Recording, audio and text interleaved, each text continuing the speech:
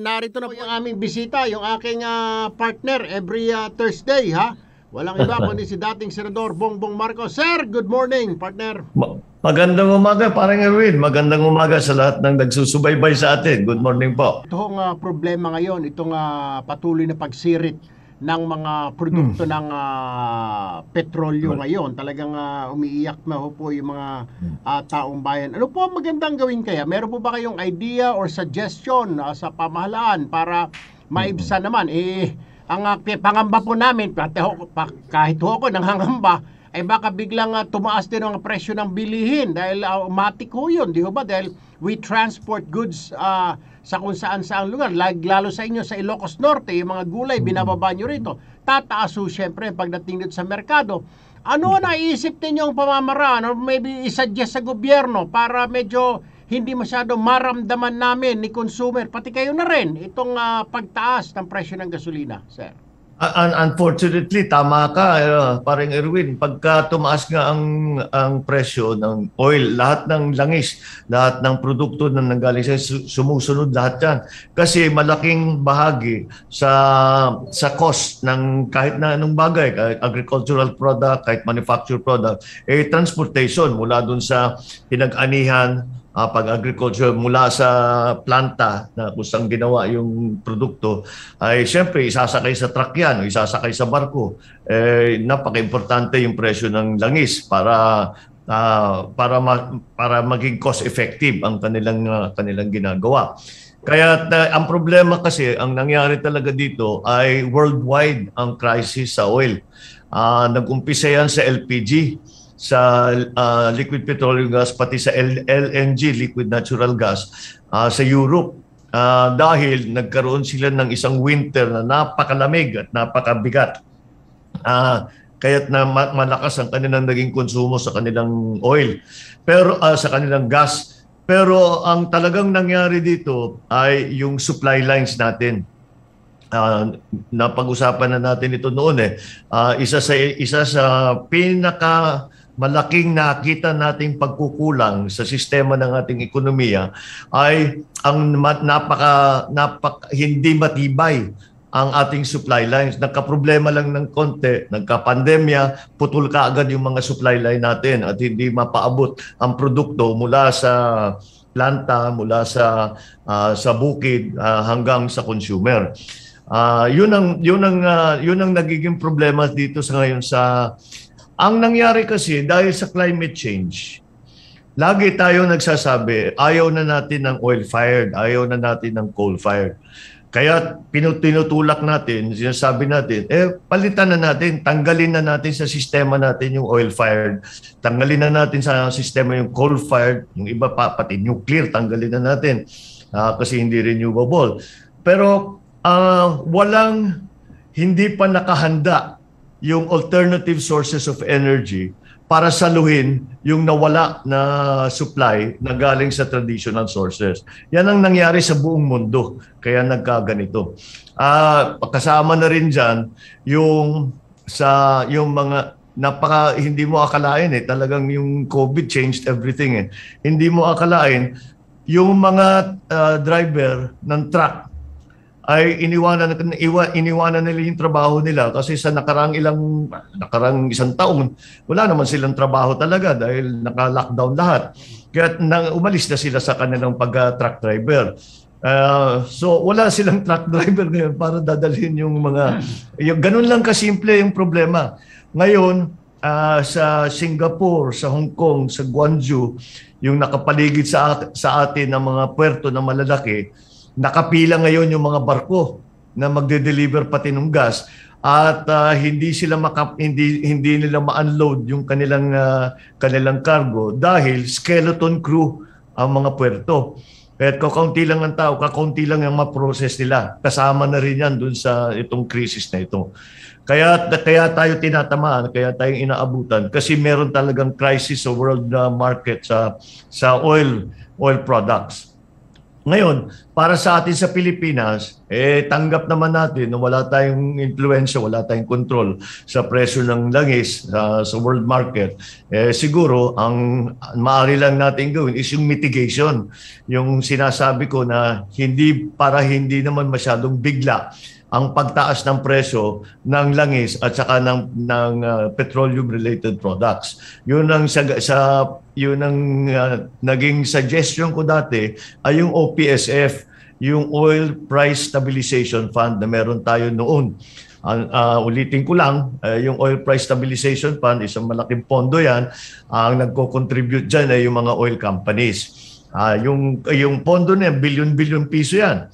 At pagka biglang tumaas ang presyo ng langis, ito ay buffer fund. Gagamitin itong buffer fund para suportahan ang presyo ng langis pagdating sa consumer.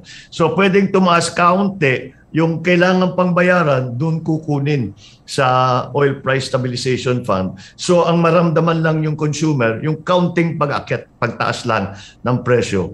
At pababayaan natin, hindi naman natin maiiwasan yung pagtaas. Pero maaari natin gawin ay wag natin masyadong gawing biglaing. Gamitin natin yung buffer fund that used to be the OPSF, gamitin natin yung pondo na yan na pambayad para dahan-dahan lamang ang pag-akyat ng presyo ng langis. At kahit mapano, ang mga negosyante, mga consumer ay makapag-adjust sa kanilang budget, sa kanilang pamumuhay.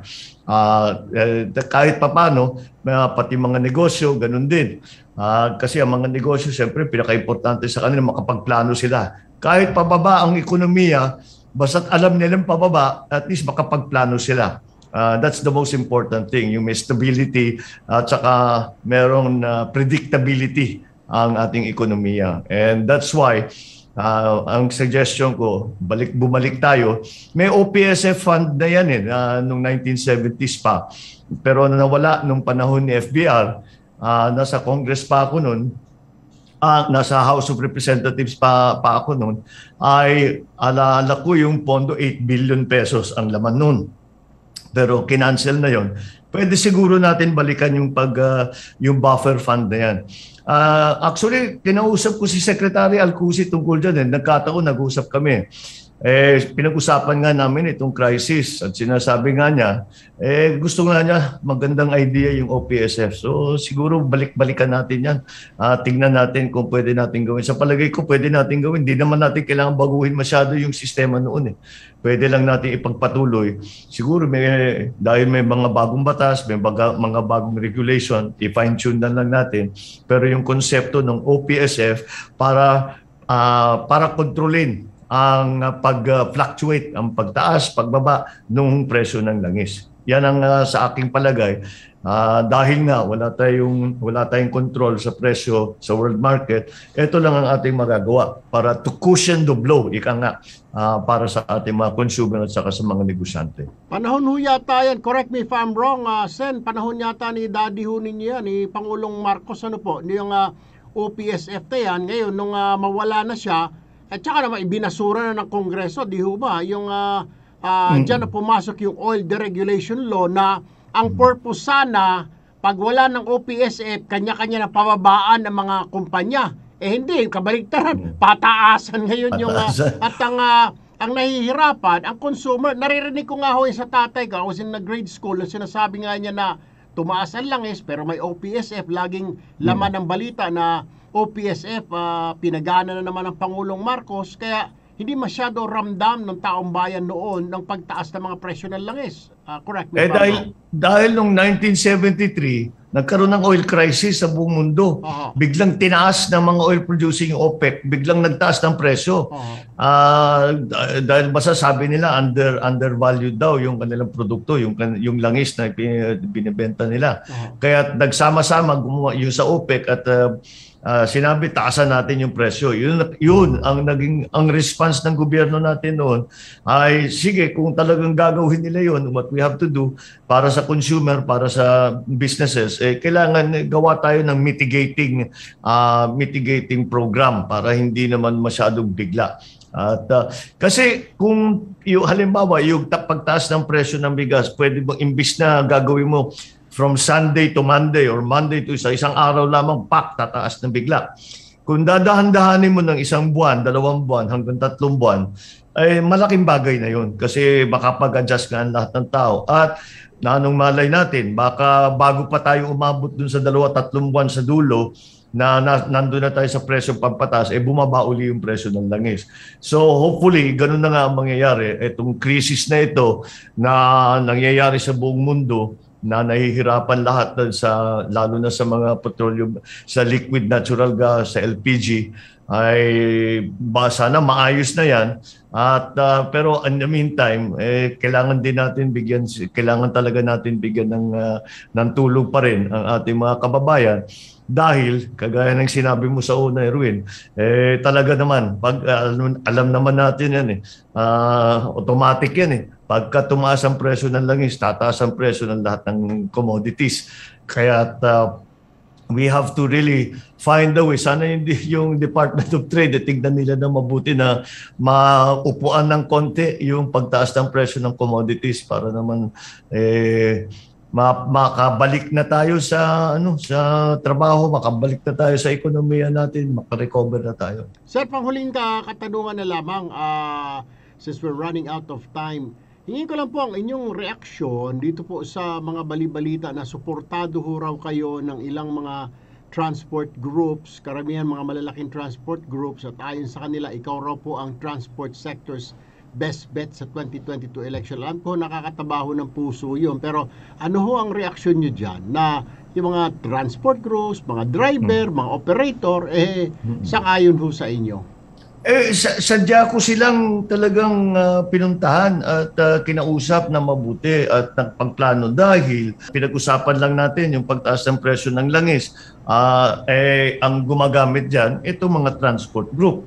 At hindi talaga uugong ng maganda ang ating ekonomiya kung hindi maging mas maayos ang transportation. The transportation of goods and passengers. Kaya naman sila isa sa aking palagay, isa sa pinaka-importanting bahagi ng ating ekonomiya. Kaya ko sila pinuntahan at sinabi ko sa kanila, ano ba talagang kailangan ninyo? Ano ba talagang pwede natin gawin para mabuhayan kayo? Maluba ang sitwasyon ng mga transport group. Wala talaga. Kung walang pasada, ano pang gagawin nila? Maghahanap sila ng ibang trabaho. Tapos tinamaan pa sila na ito pagtaas ng petroleum products.